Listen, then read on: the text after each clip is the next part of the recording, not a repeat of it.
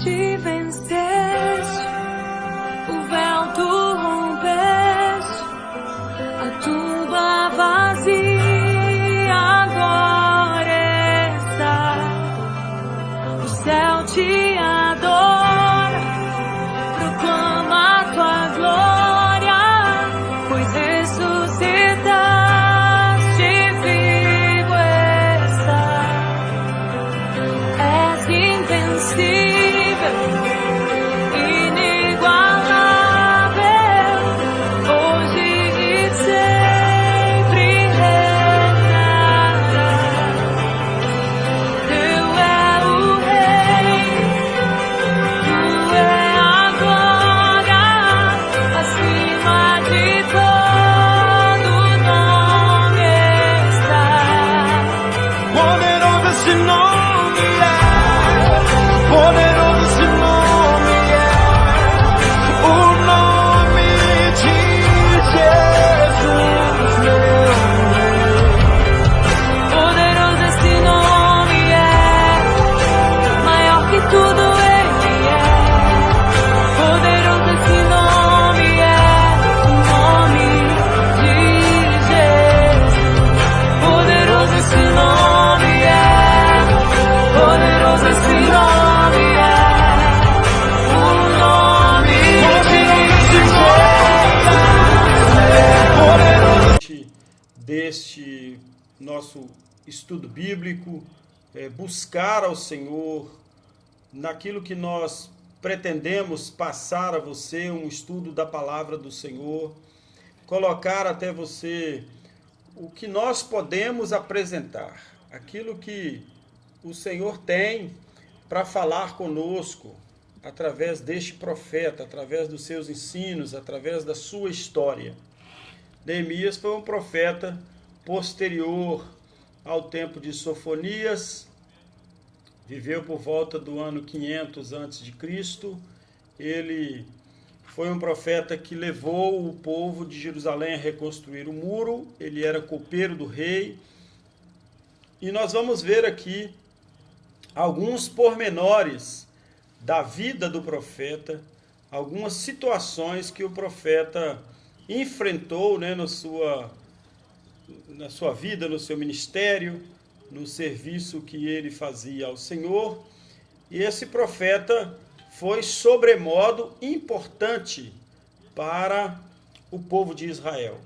Um profeta que trouxe ao povo de Israel uma das grandes vitórias, uma das grandes conquistas, que foi a reconstrução dos muros de Jerusalém.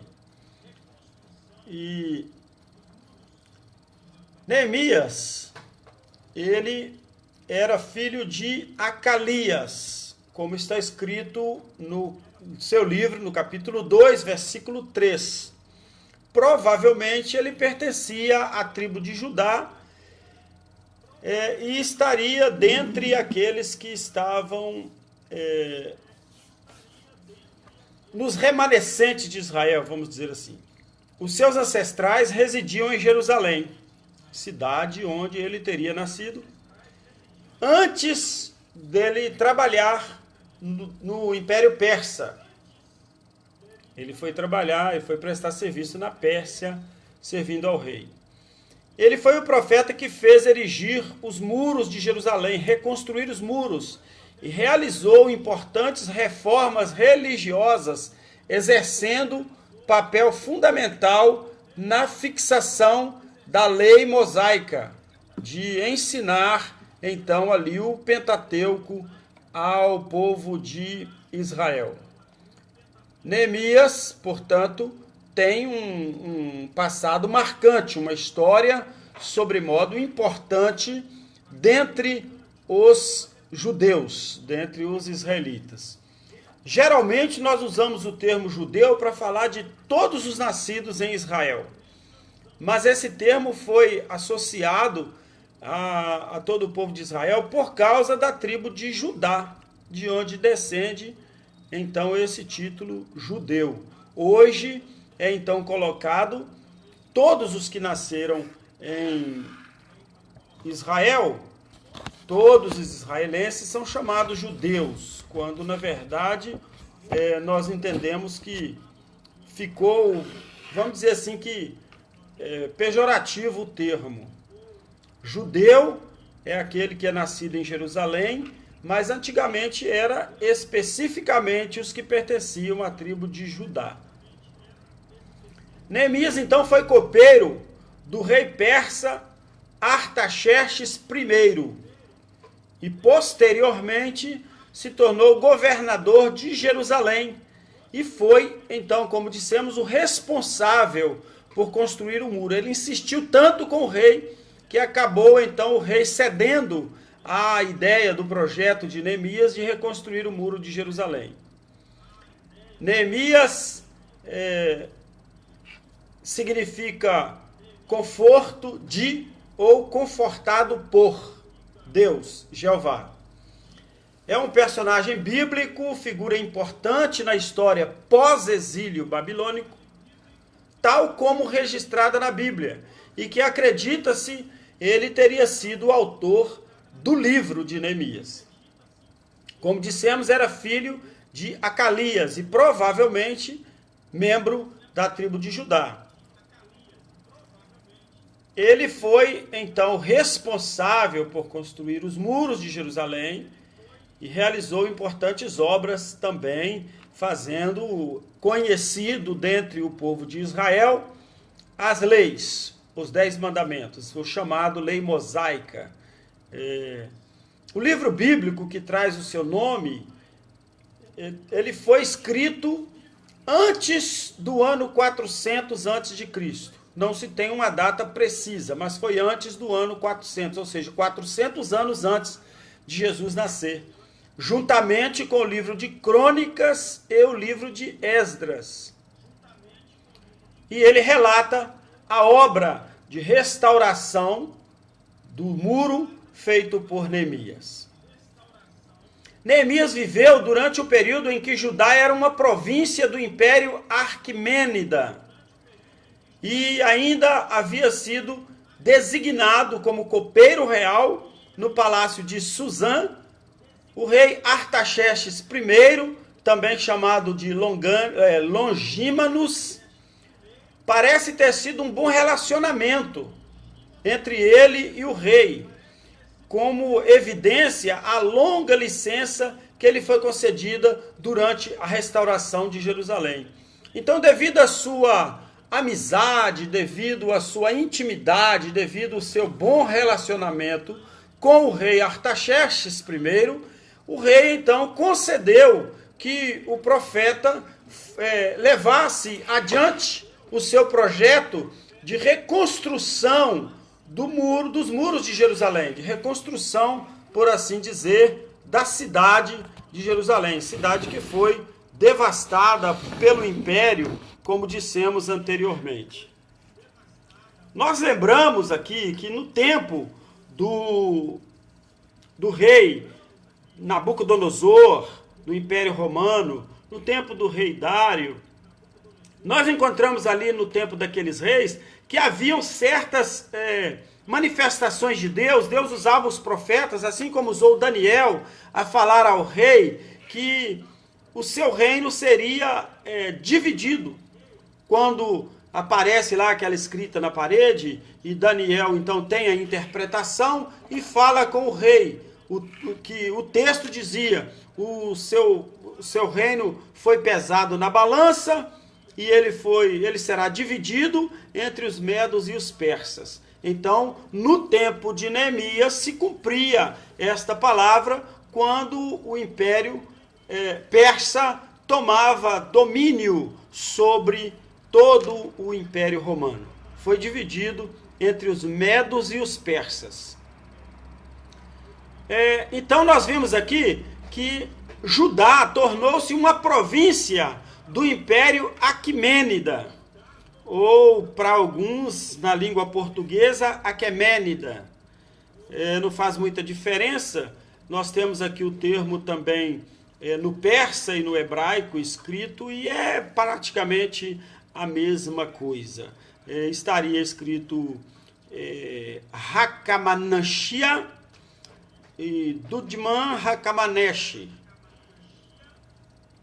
A data do tempo desse Império Aquemênida foi em torno de 550 a 330 a.C., cerca de 180 anos, por vezes referido como Império Persa. Então, o Império Aquemênida muitas vezes era considerado Império Persa. Foi um império iraniano, situado no sudoeste da Ásia, fundado no século 6 a.C. por Ciro o Grande, que derrubou a Confederação Médica, expandiu-se a ponto de chegar a dominar partes importantes do mundo antigo, por volta do ano 500 a.C. Então, cerca de 50 anos depois que começou o Império Persa, que havia dominado o Império Babilônico, como Deus havia profetizado através de Daniel. Então, por volta do ano 500, eles começaram a expandir, e estendia-se do vale do Indo, do leste a Trácia e Macedônia, na fronteira noroeste da Grécia, que fazia dele, então, o maior império a ter existido até o momento. Então, ele se tornou maior que o Império Babilônico. O Império Aquemênida, posteriormente, também controlaria o Egito. Era governado através de uma série de monarcas que unificaram suas diferentes tribos e nacionalidades, construindo um complexo sistema de estradas, denominando-se Parsa, do nome tribal ariano, Parsua. Os persas fixaram-se numa terra que também dominaram Parsua, que fazia fronteira a leste com o rio Tigre, ao sul com o Golfo Pérsico. Este tornou-se então o centro nevrálgico do império. Durante toda a sua duração, foi a partir dessa região que Ciro o Grande partiu para derrotar os impérios Medo, Lídio e Babilônico, abrindo caminho para as conquistas posteriores do Egito e da Ásia Menor. No ápice de seu poder após a conquista do Egito, o império abrangia aproximadamente 8 milhões de quilômetros quadrados, situados em 3 continentes. Então, observem que a extensão deste império era enorme. Ásia, África e Europa. Então, ele estendia dentro de 3 continentes. Em sua maior extensão, fizeram parte do império os territórios atuais do Irã, Turquia, parte da Ásia Central, Paquistão, Trácia e Macedônia, e boa parte dos territórios litorâneos do Mar Negro, Afeganistão e Iraque, o norte da Arábia Saudita, Jordânia, Israel, Líbano e Síria. Então todos estes territórios estavam sendo ocupados pelo Império Persa, bem como todos os centros populacionais importantes do Antigo Egito até as fronteiras da Líbia. É célebre na história horizontal como tradicional inimigo das cidades-estado gregas durante as guerras greco-persas pela emancipação dos escravos, incluindo o povo judeu, do seu cativeiro da Babilônia, e pela instituição de infraestruturas como um sistema postal viário e pela utilização de um idioma oficial por todos os seus territórios. Esse império tinha uma administração centralizada e burocrática, sob comando de um imperador e um enorme número de soldados profissionais e funcionários públicos, que inspirou desenvolvimentos semelhantes aos impérios posteriores. Então isso era o império da época de Neemias, o profeta. É longo, extenso o estudo sobre império, e posteriormente nós podemos até estudar a história dos grandes impérios da Bíblia, do período bíblico, porque nós temos um estudo referente a isso, apanhado de vários sites da internet, de vários historiadores, de sites também cristãos, e nós então vamos analisar algumas coisas. Do ponto de vista tradicional, é que as vastas extensões e extraordinária diversidade etnocultural do Império Persa acabaria por provocar sua derrocada. Tão grande que era, acabou desfalecendo. À medida que a delegação de poder aos governos locais acabaria por enfraquecer a autoridade central do rei, fazendo com que muita energia e recursos tivesse de ser gasta nas tentativas de subjugar rebeliões locais. Tal fato servido historicamente para explicar o porquê de Alexandre o Grande, ou Alexandre III da Macedônia, invadir a Pérsia em 334 a.C. Ele ter separado como um reino pouco unido, comandado por um monarca enfraquecido, facilmente destruído. Esse ponto de vista, no entanto, vem sendo questionado por alguns estudiosos, historiadores modernos, que argumentam que o Império Aquemênida, o Império Persa, não se encontrava em crise no período de Alexandre, e que apenas as disputas internas pela sucessão monárquica dentro da própria família é que causavam algum enfraquecimento no Império. Alexandre o Grande, admirador de Ciro o Grande, acabaria por provocar o colapso do Império e sua subsequente fragmentação por volta do ano 330 a.C., gerando o reino ptolemaico de Ptolomeu, o Império Seleucida e diversos outros territórios de menor extensão.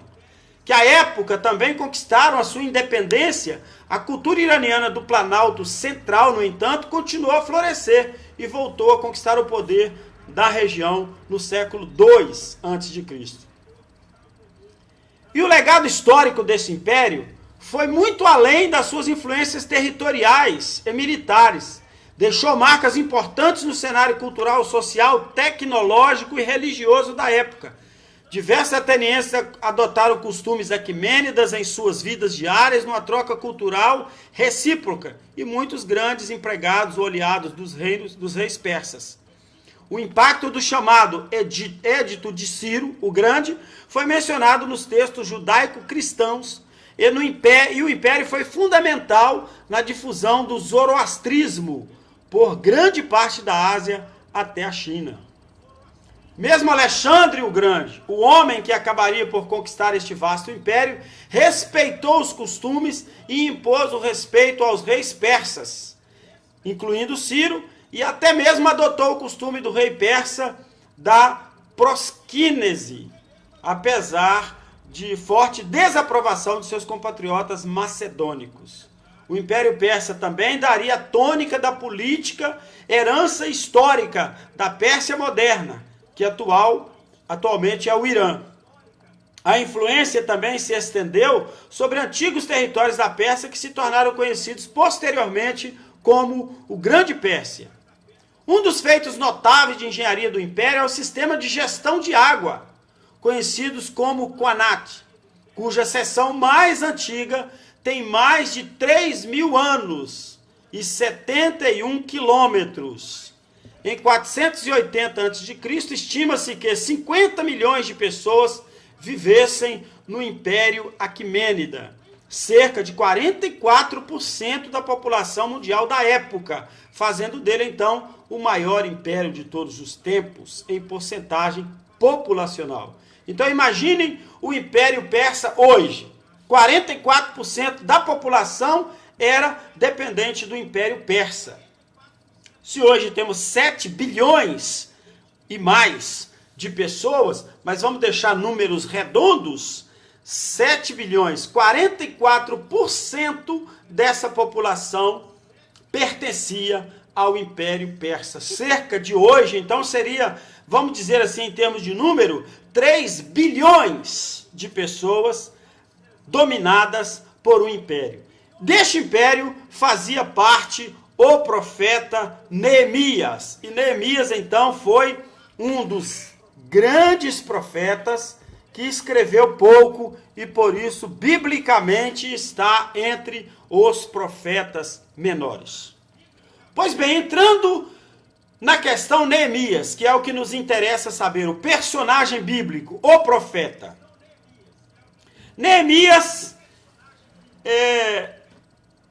ele era ele tinha um irmão, Hanani, e através do seu irmão, Neemias ouviu sobre a condição lamentável de Jerusalém, se encheu de tristeza por muitos dias, ficou em jejum, em luto, orando pelo local do sepulcro de seus pais. Ele ouviu falar certamente sobre tudo que o povo de Israel, a sua tribo de Judá, teria enfrentado, tudo que os seus descendentes passaram e tudo que eles estavam enfrentando ainda, lembrando da possibilidade, pensando na possibilidade de retornar à sua terra, de reconstruir os muros, de reconstruir as cidades, que era o sonho do povo de Jerusalém, reconstruir a cidade que havia sido destruída. O rei havia destruído a cidade. E por ele ter destruído a cidade, o povo agora estava focado totalmente na volta para o reino, na reconstrução da cidade. Então Hanani, irmão de Neemias, contava para ele a história. Certamente ele era um irmão mais velho, conhecia a história, e ele agora vinha falando a Neemias, que era um profeta do Senhor, levando a ele o que precisava ser passado sobre a sua descendência. Irmãos, era natural entre o povo de Israel conversar sobre os seus antecedentes, sobre os seus passados, contar a história que seus pais viveram, seus avós, seus bisavós, tetravós. Então, Neemias certamente parava para ouvir ali. Neemias é o 16º livro da Bíblia. E no livro de Neemias, vamos continuar acompanhando o retorno do povo de Jerusalém, a reconstrução da cidade. São 13 capítulos. Vemos esforços de todos para que a cidade fosse reconstruída e torna-se um lugar bom e seguro para se viver novamente. Ao saber que Jerusalém estava sendo reconstruída, mas que a cidade não possuía muros para proteger a todos, Neemias, então, judeu, hebreu, que estava na Pérsia, servindo ao rei como copeiro do rei, copeiro-mor, era ele que provava o vinho do rei, ele tinha que tomar o vinho antes do rei, para mostrar que não estava envenenado, para sentir se o sabor daquele vinho era o que o rei precisava, era o que o rei gostaria, era o que o rei queria para ele. E então ele era importante no reino de Artaxerxes I. Deus ouve então as suas orações. Ele ora ao Senhor. Ouvindo a história do seu povo, começou a orar pelo povo, começou a clamar pelo povo, até que o rei Artaxerxes autoriza Neemias ir até Jerusalém e concedeu a ele material para ser utilizado na construção do muro que protegeria a cidade. O temor do povo, quando estava retornando para Jerusalém, saindo do Império Babilônico, agora estava reformando, restaurando a cidade, o temor deles era que alguém viesse, enquanto eles construíam a cidade, viesse destruir de novo, que era muito comum naquela época, os imperadores se dedicarem a destruir as cidades inimigas, as cidades adversárias, para fazê-los escravos novamente. E o povo de Israel, temeroso que isso viesse a acontecer, ficava ali, reconstruindo os muros, mas com medo. A qualquer momento podemos ser apanhados de surpresa. Neemias, então, preocupado com isso, e vendo a tristeza, a angústia do seu povo, dos seus co-irmãos, ele invoca o rei que permita que sejam reconstruídos os muros de Jerusalém. Então, apesar da oposição dos inimigos, Neemias consegue conduzir a construção do muro, sendo auxiliado pelo povo, e torna-se governador de Israel. Ao finalizar as suas obras, Neemias sai de Jerusalém por um período, e ao retornar ele encontra o povo descrente. Ao ver a situação, dedica-se a ensinar o povo a palavra de Deus, a importância da fé e da oração. Então, neste livro, vamos observar esforços de Neemias e do povo de Israel em tornar a cidade um lugar mais seguro, mesmo diante da oposição dos inimigos. Além disso, acompanhamos o empenho de Neemias em conduzir os israelitas a uma vida de amor e de fé em Deus. Então, esse livro de Neemias nos trará importantes conhecimentos sobre a retomada do povo pós-exílio, a reconstrução dos muros e reconstrução da cidade de Jerusalém. A cidade já estava sendo reconstruída, porque naturalmente quando o povo de Israel volta do cativeiro e começa a viver na cidade de Jerusalém, eles começam automaticamente a reconstruir os muros da cidade, a reconstruir então, por assim dizer, a cidade de Jerusalém. O povo de Israel estava agora, então, reconstruindo os muros. Eles estavam voltando às suas origens, voltando a ver Deus permitindo que eles tivessem a vida de volta, o ciclo todo de volta, todo aquele amparo, proteção de Deus e o livramento que havia sido profetizado por Sofonias, como falamos ontem, estava agora sendo cumprido em partes na retomada da cidade de Jerusalém. Neemias capítulo 1, diz assim a palavra do Senhor, as palavras de Neemias, filho de Acalias. E sucedeu no mês de Kislev, no ano 20º, estando eu em Suzã, a fortaleza, que veio Anani, um de meus irmãos, ele e alguns de Judá, e perguntei-lhes pelos judeus que escaparam e que restaram do cativeiro e acerca de Jerusalém. E disseram-me, os restantes que ficaram do cativeiro, lá na província, estão em grande miséria e desespero. E o muro de Jerusalém fendido, as suas portas queimadas a fogo. E sucedeu que, ouvindo eu estas palavras, assentei-me, chorei e lamentei por alguns dias, e estive jejuando e orando perante o Deus dos céus. E ali vimos a oração do profeta Neemias. E dizia, Senhor, Deus dos céus, Deus grande e terrível, que guarda a aliança e a benignidade para com aqueles que o amam e guardam os seus mandamentos. Estejam, pois, atentos os teus ouvidos, os teus olhos abertos para ouvires a oração do teu servo, que hoje faço perante ti, de dia e de noite, pelos filhos de Israel, teus servos, e faço confissão pelos pecados dos filhos de Israel, que temos cometido contra ti também, e a casa de meu pai temos pecado, eu e a casa de meu pai. De todo nos corrompemos contra ti, não guardamos os mandamentos, nem os estatutos, nem os juízos que ordenaste a Moisés teu servo. Lembra-te, pois, da palavra que ordenaste a Moisés teu servo, dizendo, vós transgredireis e eu vos espalharei entre os povos, e vós vos convertereis a mim, e guardareis os meus mandamentos, os cumprirei. Então, ainda que os vossos rejeitados estejam na extremidade dos céus, de lá os ajuntarei, e os trarei ao lugar que tenho escolhido para ali fazer habitar o meu nome. Eles são teus servos, Senhor, e o teu povo que resgataste da tua grande força e com a tua forte mão. Senhor, estejam, pois, atentos os teus ouvidos à oração do teu servo e à oração dos teus servos que desejam temer o teu nome, e faze prosperar hoje o teu servo. Dá-lhe graça perante este homem. Então ele era copeiro do rei. Assim termina o capítulo 1 do profeta Neemias.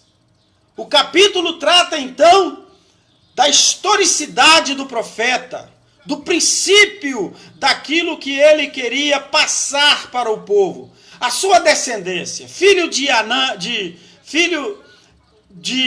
Acalias, irmão de Anani, ou Hanani, porque lá no hebraico o H era pronunciado com o R. Então Hanani, irmão de Neemias, chega para ele, conta a história do seu povo, que mesmo tendo saído do Império Babilônico, os remanescentes de Judá, aqueles que receberam a promessa que Deus havia dado através de Sofonias, estavam sofrendo. Eles estavam tendo dificuldades para reconstruir a cidade de Jerusalém. A cidade havia sido toda devastada, plantações, tudo havia sido devastado, o gado tinha sido confiscado, como dissemos, e agora o povo estava tendo dificuldade para reconstruir esta cidade. E a preocupação de Hanani, levada a Neemias, trouxe a ele um desalento, uma angústia muito grande. E ele começa agora a clamar ao Senhor em favor do povo de Judá, em favor da nação de Israel, porque o povo estava sofrendo, escravizado, destruído por causa do pecado. Então agora vimos, amados, que a missão do profeta Neemias não era também uma missão simples.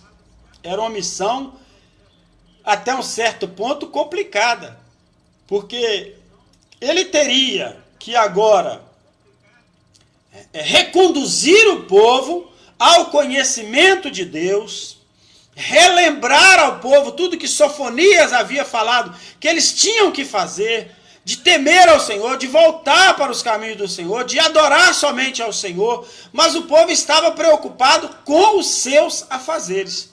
Então, através de seu irmão Hanani, Neemias ouviu sobre a condição lamentável de Jerusalém, se encheu de tristeza, por muitos dias jejuou, fez um luto em favor dos seus parentes que foram destruídos pelos imperadores, e orando ali pelo seu povo, no local do sepulcro de seus pais, finalmente então o rei percebeu a tristeza e a preocupação que estava sobre Neemias e perguntou a ele qual o motivo da sua tristeza, da sua angústia. Ele tinha um cargo importante no reino. Ele era do reino ali o mais conceituado, o mais aceito pelo rei. Ele estava ali sendo coroado praticamente como sendo mais importante no reino. Então o rei ficou preocupado com aquilo e quis saber qual o motivo da sua tristeza. O que é que ele poderia fazer para alegrar o seu copeiro, alguém que estava ali dia a dia do seu lado, com intimidade com o rei. E Neemias então contou ao rei o que estava acontecendo. O seu povo havia sido escravizado pelo Império Babilônico, confiscado suas riquezas, destruído as suas plantações, suas fontes de águas haviam sido destruídas, seus poços haviam sido enterrados, e ele então lhe concedeu permissão para ir até a cidade e agir como um governador, um Tishata, governador da Judéia. Então o rei nomeou Neemias como governador sobre a Judéia. E Neemias chegou a Jerusalém no ano 20º do rei Artaxerxes, no período de 444 ou 445 a.C.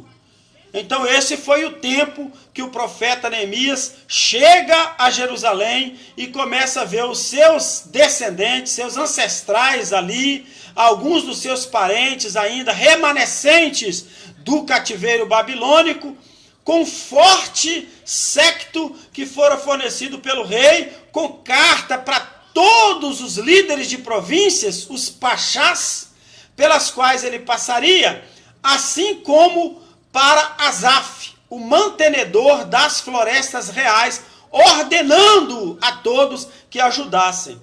O rei então ordenou que fossem cortados as melhores árvores e cedessem os melhores materiais para que Neemias pudesse levar ao povo a reconstrução dos muros de Jerusalém, ficando assim um pouco mais protegido dos assoladores, que poderiam ver aquela cidade enfraquecida, aquele povo totalmente preocupado com a reconstrução, trabalhadores braçais, e virem então novamente a perseguir e destruir o povo de Jerusalém. Embora os estudiosos, historiadores, acadêmicos concordem a respeito do tema, existem evidências, inclusive textuais, de que Neemias teria sido um eunuco. Ele certamente parece ter sido visto como eunuco nos textos posteriores do judaísmo. A Septuaginta, que é a tradução grega da Bíblia hebraica, descreve Neemias como eunuco, porque geralmente quando o rei tomava para si pessoas para trabalhar no palácio, eles se tornavam eunucos, para não correr o risco, claro, de se envolver com alguma das mulheres do rei. Então, na Septuaginta, ele é tratado como oinochos, copeiro. Além disso, ele servia tanto na presença do rei como da rainha, o que aumentava a possibilidade de ele ter sido eunuco, ter sido castrado, para que ele não tivesse os seus desejos por sexo oposto, por mulheres e por ninguém também. Claro que ser eunuco não significava de maneira alguma homossexualismo, isso não tem nada a ver com homossexualismo, apenas os eunucos eram homens que eram levados a trabalhar no palácio e se submetiam a essa castração para não ter então envolvimento com mulheres. De acordo com a lei judaica, nenhum desses eunucos, desses homens, ficavam com sequelas tão graves assim. Os eunucos, eles tinham esmagados os seus escrotos, e não tinha nada de decepação, de genitália, nada disso. Eles apenas eram submetidos a um trabalho lá para que eles não tivessem mais nenhuma possibilidade de se envolver com alguma das mulheres do reino, com mulheres ou concubinas do rei. A Assembleia do Senhor, eles eram admitidos à Assembleia do Senhor dessa maneira. E Neemias não podia entrar em certas partes do templo, o que o seu inimigo Semaías tentou enganá-lo para que fizesse, para que ele fosse também punido pelo rei. Nós vamos ver mais adiante, lá pelo capítulo 6. Então eles eram também tornados eunucos para que eles não tivessem filhos, e os filhos não viessem a lembrar a sua posteridade. Neemias orava repetidamente para que ele orava dizendo: para o meu bem, se lembre, ó meu Deus, de tudo que fiz por este povo. As tradições posteriores judaicas relaxavam as proibições deuterocanônicas e legaram a posteridade aos eunucos na memória divina. O serviço de Neemias ao seu povo e à nação, apesar dos preconceitos e de sua condição de inferioridade social e religiosa, fez de fato a diferença, a acomodação, ainda que a afirmação de uma minoria sexual hostilizada. Quando da sua chegada a Jerusalém, Neemias estudou secretamente a cidade à noite, formando um plano para sua restauração. O plano foi executado com tamanha habilidade e ímpeto que todas as suas muralhas teriam sido finalizadas num período assombroso de 52 dias. Então, quanto tempo durou a reconstrução das muralhas de Jerusalém? 52 dias. Então, nós vamos passear por este livro. Vamos passear por este livro, pelo capítulo 1, pelo capítulo 2 e assim sucessivamente. Vamos estudar o livro de Neemias. Hoje demos uma pincelada na vida do profeta e nós vamos, querendo Deus, permitindo Deus, amanhã entrarmos já na história do povo da cidade de Jerusalém, tratando-se do tempo de Neemias e a reconstrução dos muros de Jerusalém. Amados, nosso tempo é precioso, o seu tempo é precioso e nós temos que remir o tempo a cada dia, trazendo uma porção. Por isso nós solicitamos e aconselhamos que você acompanhe os nossos estudos e acompanhe também no canal YouTube, acompanhe no blog, porque às vezes aqui nós não podemos passar muita coisa e no blog vai o texto mais completo para que você possa acompanhar as pesquisas que fizemos. São pesquisas acrescidas de meus conceitos, de algumas coisas que eu pude entender nas pesquisas e no estudo da Bíblia, e nós vamos então assim estudando juntos a palavra de Deus. Eu estou estudando com você. Eu não sou um exímio conhecedor da palavra, eu sou estudante da palavra e convoco você a isso. Quero lembrar a vocês que a partir de domingo nós vamos estar iniciando uma série de estudos através da rede social, transmitido para você, estudos iniciados na igreja, no nosso templo, estudos sequenciais, sistemáticos da palavra de Deus, para que você possa também aprender mais da palavra do Senhor. Todo domingo, às 9 da manhã, nós estaremos então do templo transmitindo a você a mensagem da palavra do Senhor. Hoje, a nossa transmissão será Conexão Jovem, um culto de louvor e adoração a Deus, direto do estúdio da Igreja Batista Missionária, na administração do nosso pastor-presidente, pastor Pedro Gonçalves, e a administração deste trabalho, Conexão Jovem, está a cargo do nosso irmão Israel, que é um dos obreiros de nossa igreja, um pregador da palavra, um ministro da palavra, servo de Deus, estará transmitindo a você louvor e adoração na palavra do Senhor. Então nós contamos com você hoje a partir das 20 horas para assistir o nosso culto de adoração e louvor a Deus. Que o Senhor te abençoe neste dia, te dê muita vitória, dê muita paz, muita graça na sua vida com o sangue precioso, te dando livramento. Querido Deus e Pai, nós louvamos o Teu nome neste momento, exaltamos ao Senhor na beleza da Tua santidade. Agradecidos que somos por tudo quanto o Senhor tem feito nas nossas vidas, nós te bendizemos, nós te adoramos e colocamos diante do Senhor essas vidas já pela manhã, como temos orado todos os dias por aqueles que participam do nosso programa, por aqueles que estão compactuando conosco nesse estudo da palavra do Senhor. Pedimos que o Senhor venha abençoar essas vidas, trazendo, Senhor, um dia de vitória, um dia de grande bênção, suprindo as necessidades do teu povo. Ó Deus querido, trazendo até eles o conforto, o consolo, a graça do Senhor, a provisão do Senhor, o sustento para essas vidas. Abençoe-os com grande bênção, Senhor, repreendendo todo mal, toda enfermidade, todo espírito de enfermidade e concedendo vitória ao teu povo. Em nome de Jesus, declaramos abençoado, Senhor, cada lar que está aqui assistindo conosco a ministração da tua palavra. Fica conosco, nos dê um dia glorioso na tua presença, guardados pelo poder do teu Espírito Santo. Oramos, confiados na vitória, agradecidos em nome do Senhor Jesus.